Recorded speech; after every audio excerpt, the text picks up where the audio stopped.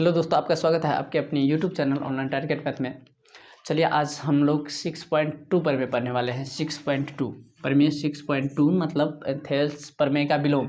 Thales प्रमेय 6.1 जो है 6.1 जो कि बहुत इंपॉर्टेंट प्रमेय है। 6.4 और 6.2 दोनों इंपॉर्टेंट है। तो ये थेल्स प्रमेय है और 6.2 क्या है, थेल्स प्रमेय का विलोम है। तो आप लोग पहले 6.1 पढ़ लीजिए, उसके बाद 6.2 पढ़िए। यदि 6.1 नहीं देखे हैं तो आप डिस्क्रिप्शन हम लिंक दे देंगे थेल्स प्रमेय का, तो आप लोग वहाँ से देख सकते हैं। तो चलिए आज हम इसको सिद्ध करते हैं थेल्स प्रमेय के विलोम का। तो इसका देखिए कथन क्या है। यदि एक रेखा किसी त्रिभुज को दो भुजाओं के एक ही अनुपात में विभाजित करे, यानी कि एक रेखा, एक ABC एक त्रिभुज है और एक रेखा है जो कि त्रिभुज को दो भाग में विभाजित कर रही है। तो दो भाग में विभाजित कौन कर रही है? DE कर रही है, और DE कर रही है तो ये एक ही अनुपात में विभाजित होगा थेल्स प्रमेय से। तो वो जो क्या होगा, वो BC के यानी कि तीसरी भुजा के समांतर होगा, यानी कि BC के समांतर होगा। तो यही आपको सिद्ध करना है। तो देखिए पहले लिख देते हैं दिया है। पहले क्या लिखते हैं? दिया है। तो त्रिभुज ABC, एक त्रिभुज ABC में क्या है, AD/DB ये आपको दिया हुआ है, एक ही अनुपात में विभाजित हो रही है। तो AD/DB बराबर AE/EC ये आपको दिया हुआ है। सिद्ध करना है। देखिए क्या सिद्ध करना है। देखिए सिद्ध करना है BC के समांतर DE, यानी DE समांतर BC है। हम जानते हैं DE समांतर BC है, यह आपको सिद्ध करके दिखाना है। ठीक, उसके बाद क्या रचना। देखिए रचना अभी याद नहीं होगा आपको, हम रचना करेंगे तब लिख देंगे। उसके बाद देखिए प्रमाण में लिखते हैं। प्रमाण में क्या करेंगे हम, पहले आप चलिए रचना कर देते हैं। ठीक,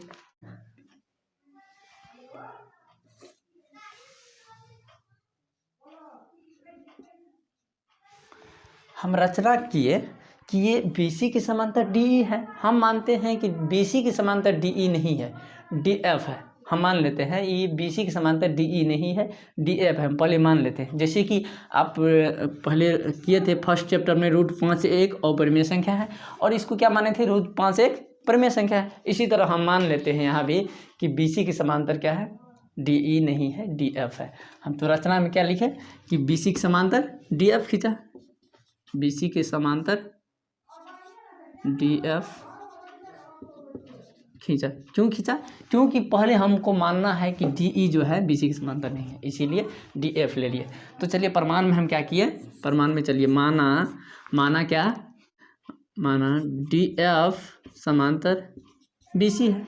हम मान लिए कि DF जो है ना BC के समांतर, तो यदि समांतर होगा तो ये एक ही अनुपात में विभाजित होगा, यानी कि AD/DB और यहाँ से AF/FC। अभी इसको छोड़े, इसको अभी भूल जाइए, ई वाला रेखा को भूल जाइए। ठीक, तो देखिए यहाँ होगा AD/DB। क्यों? DF समांतर BC है, तो DF लेंगे यहाँ होगा AF/FC। ठीक, हम ये दिया हुआ है आपका, इसको समीकरण 1 मान लेते हैं, इसको समीकरण 2 मान लेते हैं। कहाँ से? BPT से, थेल्स प्रमेय से लिख सकते हैं, या आधारभूत समानुपाती प्रमेय इसको लिख सकते हैं। थेल्स प्रमेय का ही नाम है आधारभूत समानुपाती प्रमेय। तो BPT उसी का इंग्लिश शॉर्ट में कहते हैं BPT। चलिए इतना लिख लिए। अब देखिए इसका लेफ्ट साइड और इसका लेफ्ट साइड क्या है, दोनों का बराबर है। लेफ्ट साइड बराबर है तो क्या होगा, राइट साइड बराबर होगा। तो ये समीकरण 2 है और ये समीकरण 1 है। तो समीकरण 1 और समीकरण 2 को तुलना कर देते हैं।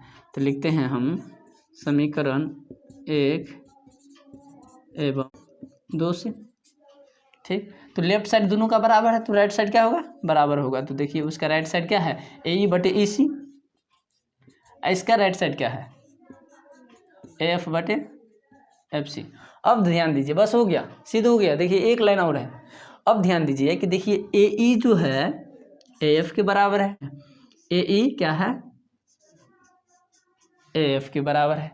अब यहाँ दीजिए, ध्यान दीजिए कि AE है, A से E यहाँ इतना, और बराबर क्या है, A से F, यानी कि दोनों क्या है, बराबर है। इसका कहने का मतलब है कि DF और DE जो बिंदु यानी कि दोनों रेखा है, दोनों एक ही रेखा है। क्या है, दोनों बराबर है।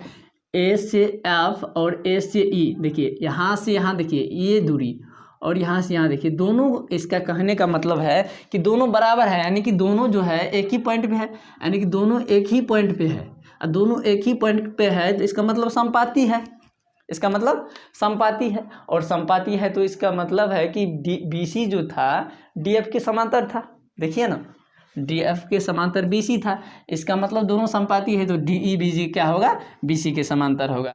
तो इसीलिए हम लिख देंगे, बस हो गया, इसीलिए हम लिख देंगे क्या, डी ई समांतर बी सी, प्रूव्ड हो गया, बस प्रूव्ड हो गया।